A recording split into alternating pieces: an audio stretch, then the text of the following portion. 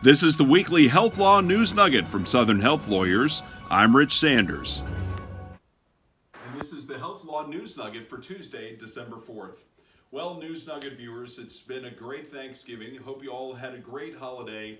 And the federal government is back to work quickly last week with a couple of new announcements for the Center for Medicare and Medicaid Services.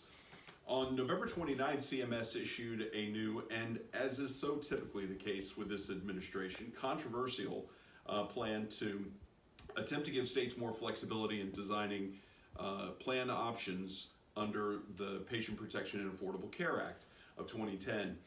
CMS issued a fact sheet last week saying that states can apply for waivers to be able to set up exchange plans that will still comply with the requirements of the PPACA, but give states more flexibility in designing those plans, including different types of premium subsidies, different ways to design those plans and adjust the way the risk is accepted, state-specific premium assistance, in other words, the kind of premium assistance that's available under federal law, but specific to a particular state's circumstances, and a couple of other options. Needless to say, it's controversial because the Democrats almost immediately issued, through the House of Representatives leadership in the Democratic Party, a letter to CMS saying that CMS had done this without statutory authority and that it undermined the strength of the exchanges under the PPACA. So that'll be sorted out at some point in the future, either through a challenge in the courts by the Democrats or some kind of funding challenge when the new Congress is installed in January. The other announcement from CMS last week on November 30th was a change to Part D prescription drug benefit pricing.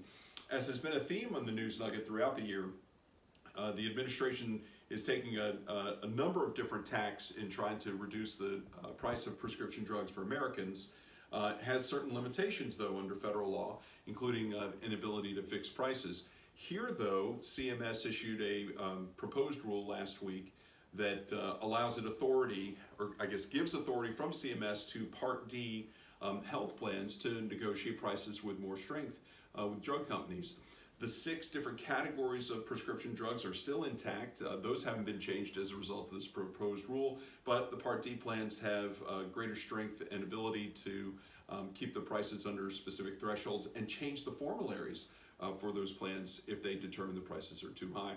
So business as usual in Washington. There's always something new going on, and the week after Thanksgiving was no different. Thanks for watching. I'm Rich Sanders with Southern Health Lawyers, and have a great week.